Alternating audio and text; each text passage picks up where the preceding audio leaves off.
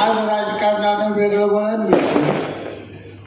हेलिकॉप्टरने यायचं धाड धाड धाड धाड धाड धाड मिलिटरीच्या माणसासारखं चालत सोडायचं, दाब द्यायचा, दापायचा चाललंय काही नेमकं. निवडणुका लढवायला या तुम्ही गुंडगिरी दादागिरी आमच्यावर करावी राहायला काय. तुमच्या सगळ्याला माझी आई शपथ आहे, तुमच्या आईची. उमेदवार या तालुक्यातला मिटिंग घेऊन बाबासाहेब देशमुखांनी बनकरावा जाहीर केला का मी आनंदामाने जाहीर केला होता? तुम्ही सांगा खरं बोल.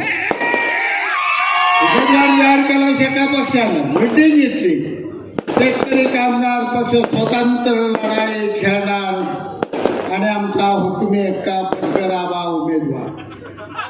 जयाभाऊ नाव मला ठेवतात. 50 वेळा गावात नाला माझ्या त्या ऑफिस कुठं जात आहे, भुयारातलं गाडी बाग बाग बाग वाजत जाते. ती करोडोपती असलेल्या त्या बाळाचा बेरंडिया बघण्याचा. आमच्या गरीबाच्या घरी त्या ऑफिस पोराच्या तर मिळाला असा तुम्हाला. सारखंच मग 14 जेवण करायचं तिकडे का पळत.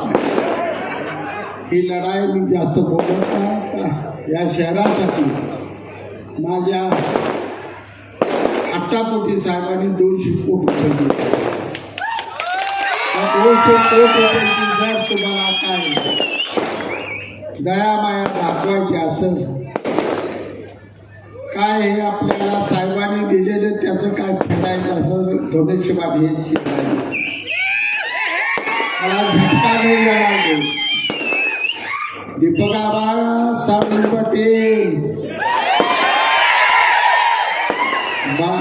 आईचं बापाचं नाव घेऊन 50 वर्ष गुलाबजामुन बासुंदीच खाताना इथपर्यंत आता जरा वाळलं जरा भेटायला लागले का सांगलीला जाण्यासाठी सगळा स्वाभिमान घाण ठेवून आजारी सलाईन लावून सुद्धा गडी पळत सुटतात बाळासाहेब निर्णय बांधल्यावर. काय आमदार, काय दीपक आबा. दुसऱ्या बाजूला ज्यांना निवडून दिले जयकुमार गोरे, मला माहित होतं तुम्ही आता पिता उघडं पडलं म्हणाल. इतका बारका शाजी बापू नाही. तुमच्या रकमा शेका पक्षाला पोचल्या आणि ती जवळ्याला कशा गेल्या टायमिंग माणसाची नावं मला बसलो होतो. निवडणुकीआधी मला माहित होतं भाजपनं माझं कपाट बोललेलं आहे, पण मी शांत राहून काय बोललो नाही, टीका केली नाही.